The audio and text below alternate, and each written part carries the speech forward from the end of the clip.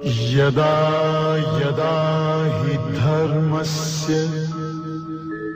ग्लानिर्भवति भारत अभ्युत्थानम् अधर्मस्य तदात्मानं सृजाम्यहम् परित्राणाय साधूनां विनाशाय च दुष्कृतां धर्म संस्थापनार्थाय संभवामि युगे युगे।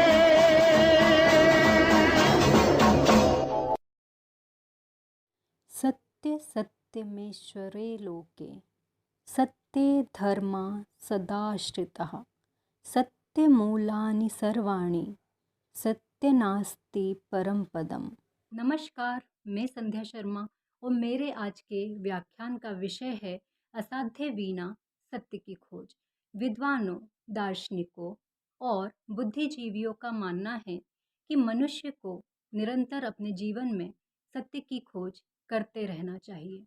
मनुष्य को अपने कर्मों के द्वारा संसार, जीवन, प्रकृति तथा ईश्वर की वास्तविक सत्ता को खोजने का और समझने का प्रयास करते रहना चाहिए। हालांकि ये इतना आसान नहीं है, क्योंकि हमारा अहंकार हमारे सत्य के बीच में बाधा बन जाता है और हमें निरंतर भ्रमित करता रहता है। संत कबीरदास जी ने भी कहा है कि जब मैं था तब हरि नहीं, अब हरि है मैं नाही। प्रेम गली अति सांकरी, जा में दो न समाही। अर्थात अहम तथा परमेश्वर एक साथ नहीं रह सकते। अपने अहम को भूलकर ही परम तत्व को प्राप्त किया जा सकता है। महाकवि अज्ञे जी ने अपनी कविता असाध्य वीणा में इसी विचार को भव्य रूप से प्रकट किया है। तो आइए देखते हैं कि असाध्य वीणा किस प्रकार से सत्य को उद्घाटित करती है। प्रयोगवाद और नई कविता के प्रवर्तक अज्ञे जी ने सभी विधाओं में अपनी अद्भुत प्रयोगात्मक प्रगति का परिचय दिया है। साहित्यिक सृजन के क्षेत्र में अज्ञे जी ने एक साथ कवि, कथाकार, आलोचक, संपादक आदि विविध रूपों में साहित्यिक प्रेमियों को लुभाया है, लेकिन उनका कवि व आलोचक व्यक्तित्व ही अधिक लोकप्रिय हुआ। वैसे तो अज्ञे प्रगीतात्मक अभिव्यक्ति वाली छोटी कविताओं के कवि माने जाते हैं, किंतु उन्होंने एक लंबी कविता भी लिखी है जिसका नाम है असाध्य वीणा। यह उनकी एकमात्र लंबी कविता है जिसकी रचना 1961 के दौरान हुई थी। ये कविता अज्ञे के काव्य संग्रह आंगन के पार द्वार में संग्रहित है। असाध्य वीणा एक जापानी पुराकथा पर आधारित है। ये कथा आको कुरा की पुस्तक द बुक ऑफ टी में टेमिंग ऑफ द हार्प शीर्षक में संग्रहित है। अज्ञे जी ने इस कथा का भारतीयकरण करते हुए बताया है कि किरीट नामक वृक्ष से ये वीणा वज्र कीर्ति ने बनाई थी, लेकिन राजदरबार के समस्त कलावंत इस वीणा को बजाने का प्रयास करते हुए हार गए, पर वीणा नहीं बजा सके, इसलिए इसका नाम असाध्य वीणा पड़ गया। सबकी विद्या व्यर्थ हो गई, क्योंकि ये वीणा तभी बजेगी जब कोई सच्चा साधक इसे साधेगा। अंत में इस असाध्य वीणा को केशलंबी प्रियमवद ने साध कर दिखाया। असाध्य वीणा की मूल कथा बौद्ध धर्म के एक संप्रदाय जैन या ध्यान संप्रदाय से ली गई है, जिनकी संकल्पना काफ़ी हद तक उपनिषदों के ब्रह्म जैसी है। जैन संप्रदाय ये मानता है कि सत्य का ज्ञान वस्तुतः आत्मज्ञान है। इसे बाह्य आडंबरों और पुस्तकों से प्राप्त नहीं किया जा सकता। अज्ञे ने इसी जैन संप्रदाय की एक कथा को अपनी विचार प्रक्रिया के साथ मिलाकर असाध्य वीणा में प्रस्तुत किया है। यहाँ किरीट तरु परम सत्य का ही प्रतीक है, जिससे निर्मित वीणा का संगीत उस सत्य की अभिव्यक्ति है।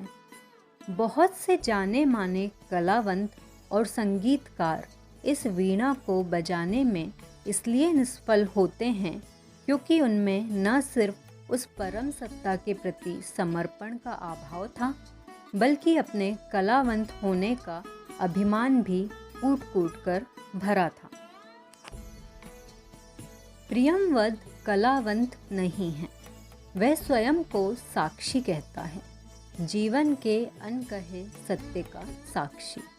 ये सत्य अनकहा है, वाणी की गति इस तक नहीं है। इस सत्य का सिर्फ साक्षी हुआ जा सकता है।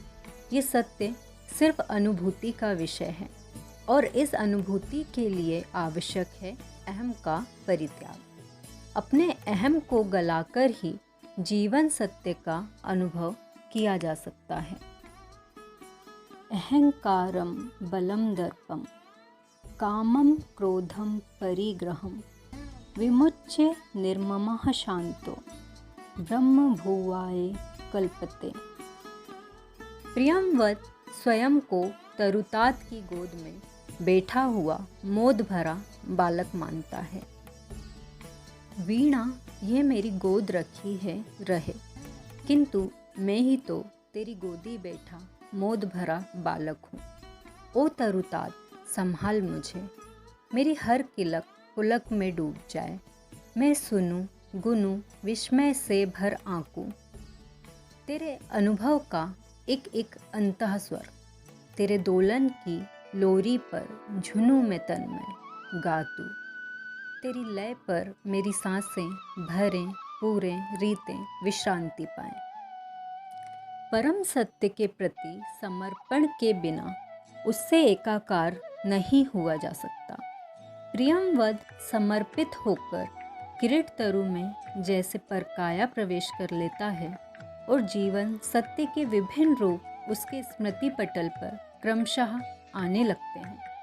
वीणा का बोलना उस परम सत्य की ही अभिव्यक्ति है जो शब्दहीन होकर भी सब में गाता है, परंतु इस सत्य का प्रभाव सब पर एक जैसा नहीं होता। जाकी रही भावना जैसी प्रभु मूरत देखी तिन तैसी। राज्यसभा में उपस्थित सभी व्यक्तियों ने अपनी अपनी समझ, सोच और संस्कार के अनुसार इस सत्य को ग्रहण किया। डूब गए सब एक साथ, सब अलग अलग एकाकी पार तीरे। किसी को उसमें ईश्वरीय कृपा सुनाई पड़ रही थी तो किसी को उसकी खनक तिजोरी में रखे धन की खनक लग रही थी। किसी को उसमें से नववधू की पायल की रुंझुन सुनाई दे रही थी तो किसी को उसमें शिशु की किलकारी की ध्वनि सुनाई पड़ रही थी। रुचिनः वैचित्र्य जगतः। प्रत्येक मनुष्य की मति, विचार, रुचि, प्रकृति, संस्कार अलग अलग हैं, किंतु फिर भी वे परम तत्व हम सब में एक ही है। वस्तुतः असाध्य वीणा जीवन का प्रतीक है। हर व्यक्ति को अपनी भावना के अनुरूप ही उसकी स्वर लहरी प्रतीत होती है। व्यक्ति को अपनी भावना के अनुरूप ही सत्य की उपलब्धि होती है तथा भिन्न भिन्न व्यक्तियों को कला की प्रतीति भी भिन्न भिन्न रूप में इसलिए होती है क्योंकि उनकी आंतरिक भावनाओं में भिन्नता होती है। असाध्य वीणा को वही साध पाता है जो सत्य को एवं स्वयं को जान पाता है, या वो जो परिवेश और अपने को भूलकर उसी के प्रति समर्पित हो जाता है। मेरे अंधियारे अंतस में आलोक जगा, स्मृति का, श्रुति का, तू गा। यह बाहर से भीतर देखने की प्रक्रिया है, जिसे अंतर्मुखी होना भी कहा जा सकता है। बौद्ध दर्शन में इसे तथता कहा गया है, जिसमें स्वयं को देकर ही सत्य को पाया जा सकता है। प्रशस्त समस्त वचन रचना परित्यज्या मौन रतेन साध्यम। तात्पर्य यह है कि प्रशस्त और अप्रशस्त समस्त बातों और रचनाओं को छोड़कर मौन से ही आत्मरत्न को साधा जा सकता है। असाध्य वीणा कविता में किरीट तरु परम सत्ता का प्रतीक है और प्रियमवद व्यक्ति सत्ता का। परम सत्ता असीम और विराट है, जबकि व्यक्ति सत्ता सीमित है। उस परम सत्ता से मिल जाने, उसे जान लेने की आकांक्षा हमेशा व्यक्ति सत्ता में रही है। यही जीवन का मोक्ष है। नमस्तु अनंताय, हे अनंत तुझे प्रणाम। प्रियमवद एक लंबी साधना प्रक्रिया से गुजरता है। वह अपने आत्म को उस परम सत्ता में विलीन कर देता है। इसलिए आत्म विसर्जन के जरिए वह स्वयं को परम सत्ता से एकाकार कर देता है। ओम नमो ईस्त्वनंताय सहस्त्रमूर्ते सहस्त्रपादा शिशिरोरुहावहे सहस्त्र नामने पुरुषाय शाश्वते सहस्त्र कोटि युगधारिणे नमः। कवि ने असाध्य वीणा में सृजनात्मक रहस्य को समझाने का प्रयत्न किया है। संपूर्ण समर्पण के द्वारा श्रेष्ठ रचना संभव है। व्यक्तिगत अहम का विस्मरण कर जब साधक सृष्टि के साथ लयबद्ध हो जाता है, तब रचनात्मक चमत्कार उत्पन्न होता है।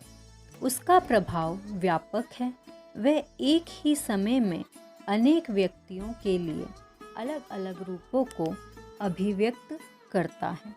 अंत में साधक कहता है, शून्य और मौन के द्वारा वीणा को साधना संभव हुआ। श्रेय नहीं कुछ मेरा, मैं तो डूब गया स्वयं शून्य में। काव्य रचना के समय कवि एक दिव्य आवेग में होता है। कहने का अर्थ यह है कि कवि अपने आप में नहीं होता। आचार्य रामचंद्र शुक्ल के अनुसार कविता वह साधन है जिसके द्वारा शेष सृष्टि के साथ मनुष्य के रागात्मक संबंध है। यहाँ राग से अभिप्राय प्रवृत्ति और निवृत्ति के मूल में रहने वाली अंतःकरण वृत्ति से है। जिस प्रकार प्रियमवद अहम का विस्मरण पूर्ण समर्पण के साथ मौन तथा शून्य की स्थिति में वीणा को साधने में सफल होता है, उसी प्रकार साधक सब कुछ भूलकर जीवन रूपी वीणा को साधता है। लोक में मनुष्य को अपने जीवन को साधना पड़ता है और साधना के एक चरम बिंदु पर व्यक्तिगत अहम का विस्मरण कर साधक आत्मा के साथ एक लय हो जाता है। तभी जीवन में चमत्कार उत्पन्न होता है। इसी महामौन को मोक्ष की अवस्था कहते हैं। उस क्षण के चरम बिंदु पर ही भूत, वर्तमान व भविष्य सभी एकमेव हो जाते हैं। इसी अवस्था को आत्मा ही परमात्मा कहा जाता है। इस प्रकार असाध्य वीणा सत्य की खोज की एक भव्य मिसाल है। धन्यवाद। गोपाल गोकुल बल्लवी प्रिय गोप गोसुत वल्लभम चरणारविंद महं भजे भजनीय सुर मुनि दुर्लभम चरणारविंद महं